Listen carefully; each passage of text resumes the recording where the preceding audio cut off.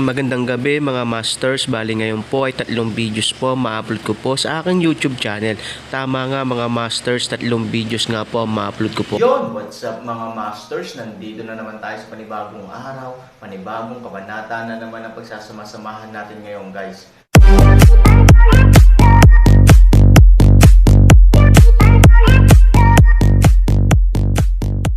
Bali mga masters, kung bago ka pa lang po sa aking YouTube channel, please click the subscribe button, lalong-lalo na po yung notification bell guys, para maging connected pa rin tayo sa isa't isa at maging updated kayo sa mga susunod ko pang video.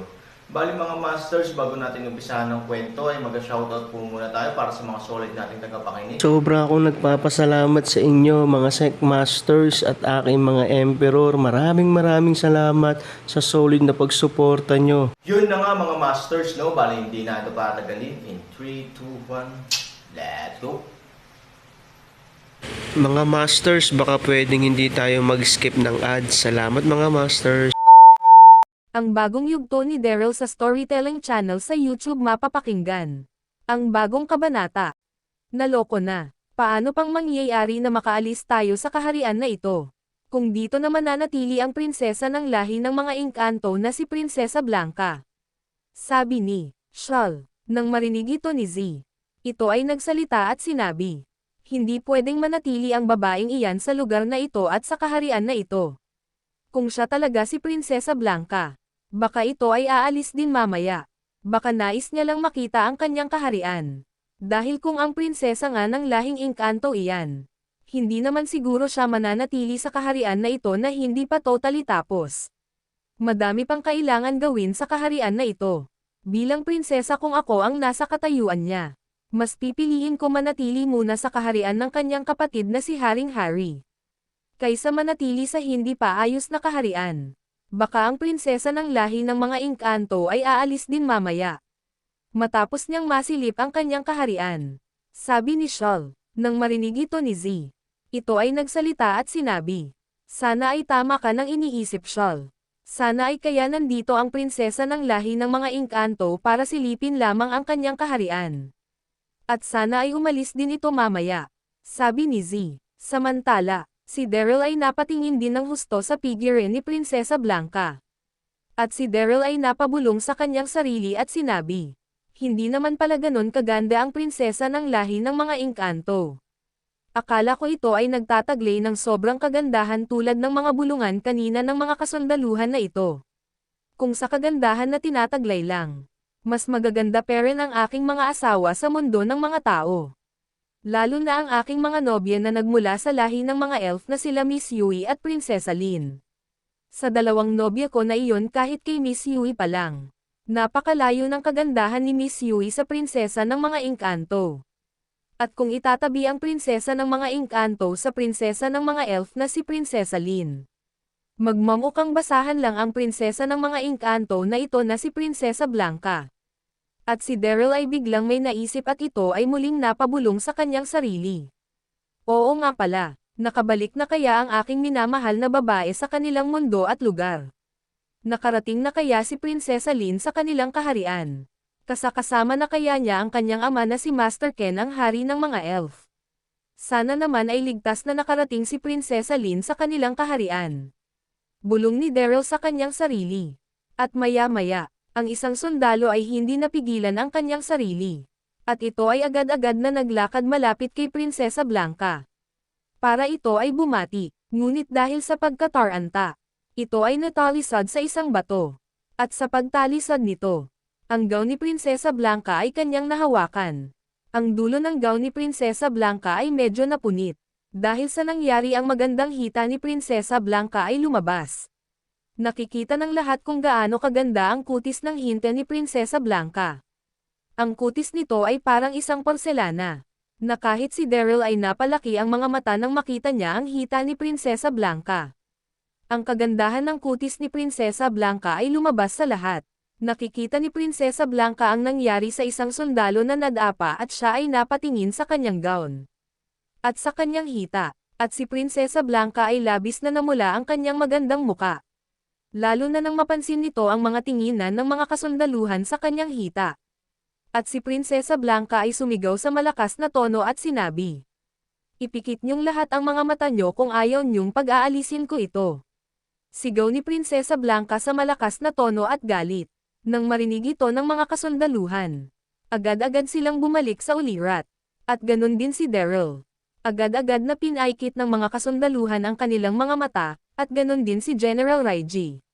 Ngunit si Daryl ay hindi man lang pumikit, ngunit ito ay tumingin sa ibang direksyon.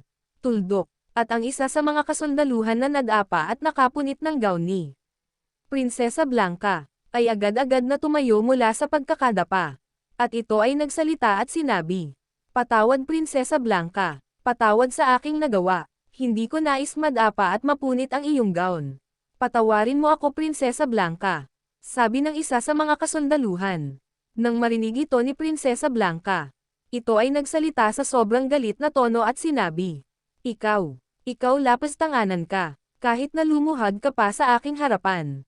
Hinding-hindi ko mapapatawad ang iyong ginawa. Bastos at walang modo na engkanto. Ang dapat sa iyo ay mamatay. Sigaw ni Prinsesa Blanca. Nang marinig ito ng isa sa mga kasundaluhan na nakapunit ng gown ni Prinsesa Blanca, ito ay labis na natakot at ito ay labis din nagmakaawa.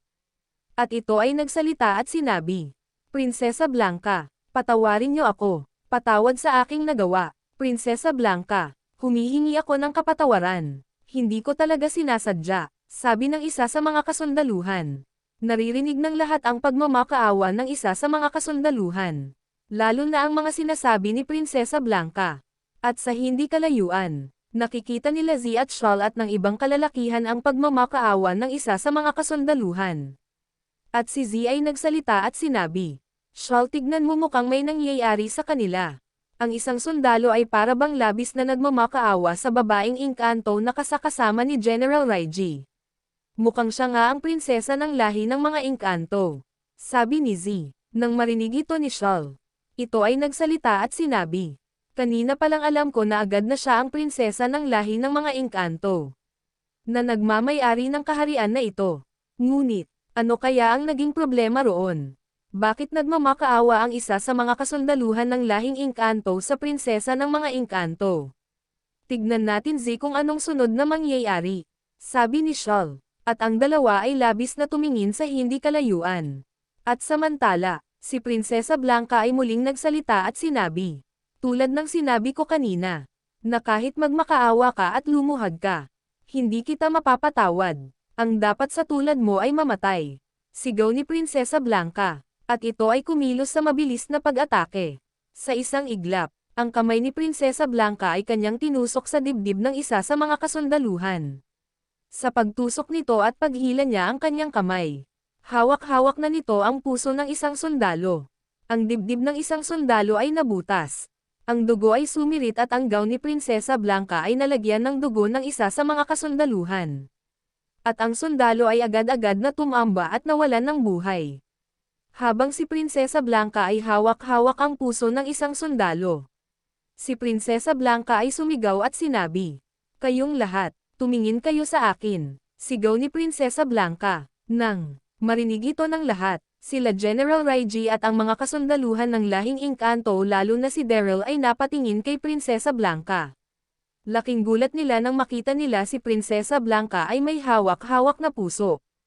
Halos manginig ang mga tuhod ng lahat, lalo na si General Raiji.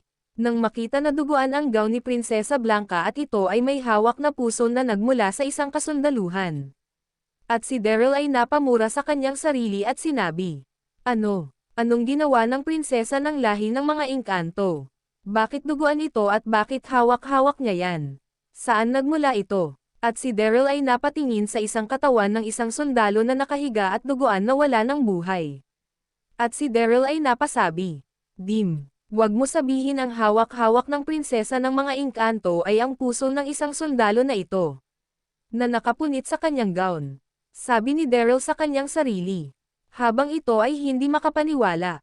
At si Prinsesa Blanca ay nakikita ang mga reaksyon ng mga kasundaluhan at ni General Raiji. At si Prinsesa Blanca ay nagsalita at sinabi, "Tama kayo ng iniisip. Ang aking hawak-hawak ngayon ay ang puso ng inyong kasamahan. Kinuha ko ang kanyang puso mula sa kanyang katawan. Dahil ito ay isang lapis tanganan at bastos na engkanto. Hindi ko mapapalagpas ang ganang gawain. Kaya ngayon, ang inyong kasamahan ay patay na at wala ng buhay. Nais ko lang ipakita at sabihin sa inyo, na ayoko sa lahat ay bastos at walang modo. Ayoko ng isang sundalo na lapastanganan.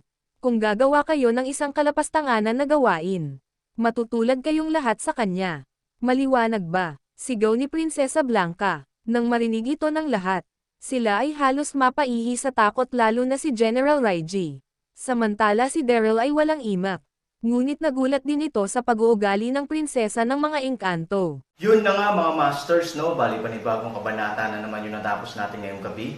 Muli, maraming salamat po talaga sa walang sawang suporta po sa aking YouTube channel na talagang inaabangan nyo po ang bawat upload ko po. Bali mga masters, magkita-kita ulit po tayo bukas ng gabi at ngayon po ay magpapaalam po muna tayo. Bali mga masters, bye-bye!